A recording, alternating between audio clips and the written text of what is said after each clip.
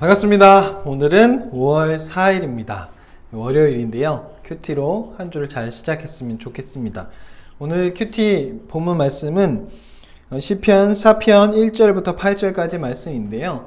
어제 본문에 이어서 탄원시라고 볼 수 있습니다.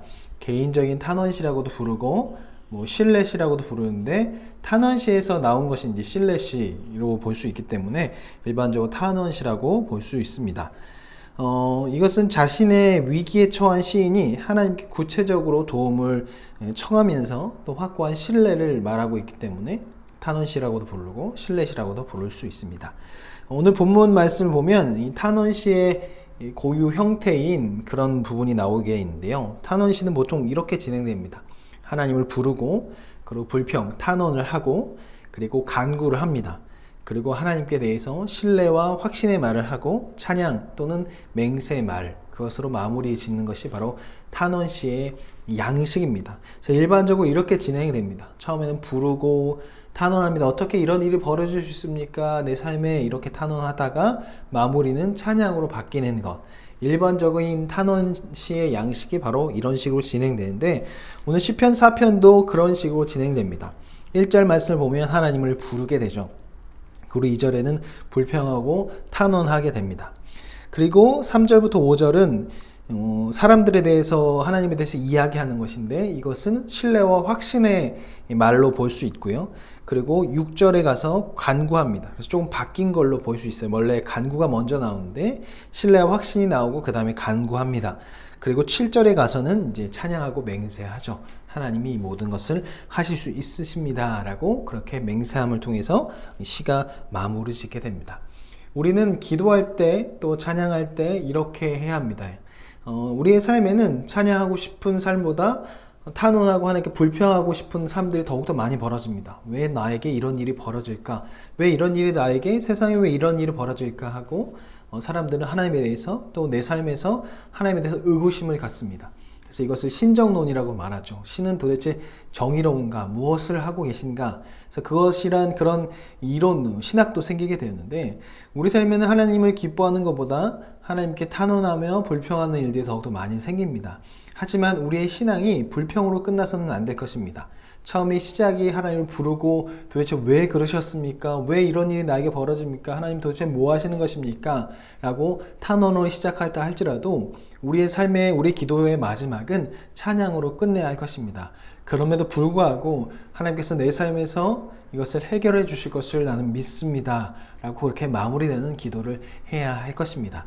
때로는 너무나 힘들어서 이렇게 마무리 기도하지 못할 수도 있을 것입니다. 하지만 이렇게 마무리하지 못하는 기도가 계속되어서는 안 될 것입니다. 힘들고 어렵지만 의지를 세워서 정말 내 삶에 하나님을 찬양하고 싶은 마음이 단 하나도 없더라도 그것을 계속 매일매일 그렇게 기도하는 것이 아니라 의지를 세워서 하나님을 찬양하고 의지하는 그 기도를 할 때 우리 마음 가운데 이 세상을 바라보는 믿음과 눈이 다시 이게 생기게 될 것입니다.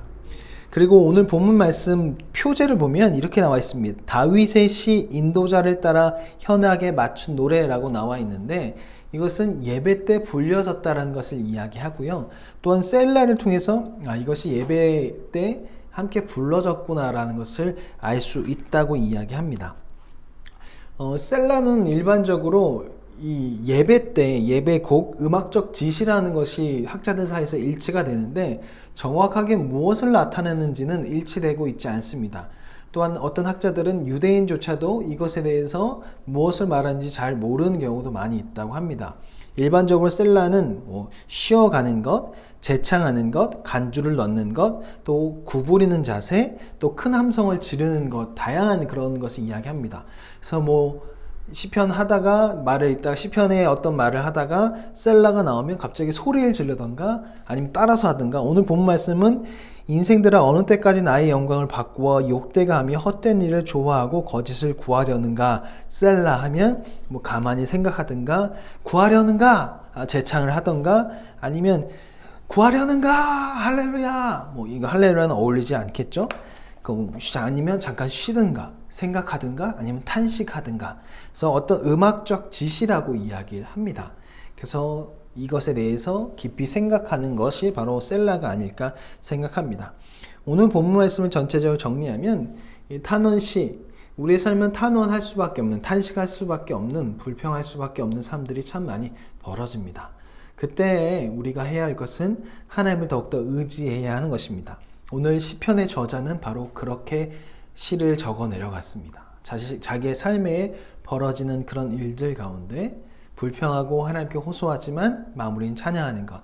우리가 항상 기도할 때마다 하나님을 찬양할 수만은 없습니다. 하지만 우리는 어려서부터 또 믿음 생활하면서 율법적인 것을 많이 받아들여서 하나님께 탄원한다는 것 자체가 벌받은 일이라고 그렇게 생각하는데 그렇지 않습니다. 하나님께 우리는 불평할 수 있습니다. 탄식할 수 있습니다. 탄원할 수 있습니다. 그런 모든 것을 하나님께서 다 들으십니다. 그렇다고 하고 우리에게 벌을 내리시는 않습니다.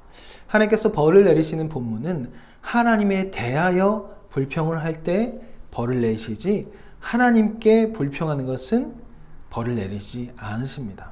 우리는 우리의 마음을 하나님께 직접 호소할 수 있습니다. 꼭 찬양뿐만 아니라 감사만 이야기할 뿐만 아니라 자신이 가지고 있는 아버지가 아들에게, 아들이 아버지에게, 딸이 아버지에게 자신의 불만을 이야기할 수 있는 것처럼 우리도 아버지 되신 그 하나님께 우리의 불만을 이야기할 수 있어야 할 것입니다. 부모들이 자식들에게 듣고 싶은 것, 자식들이 부모에게 모든 것을 말하는 것을 부모님은 좋아합니다. 그와 마찬가지로 하나님께서도 우리가 하나님께 내가 가지고 있는 생각을 다 말하는 것을 더욱더 원하실 것입니다. 오늘날 우리 삶을 살아가면서 힘들고 어려운 것이 있다면 하나님께 다 이야기하십시오. 하나님께서 다 듣고 계십니다. 설상 하나님에 대해서 뭐라 하고 도대체 어디 계신 것입니까? 라고 이야기할지라도 하나님께서는 그것을 보시고 우리를 불쌍히 여기실 것입니다. 하나님께 호소하십시오.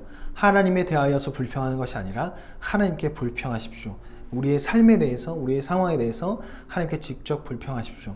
하나님께서 그것을 다 들으시고 하나님의 때에 우리의 마음과 우리의 생각과 우리의 환경을 바꾸실 것입니다. 오늘 하루도 말씀을 통해서 또 기도를 통해서 찬양을 통해서 하나님이 경험하는 행복한 하루, 복된 하루가 되었으면 좋겠습니다. 자, 그럼 안녕히 계세요.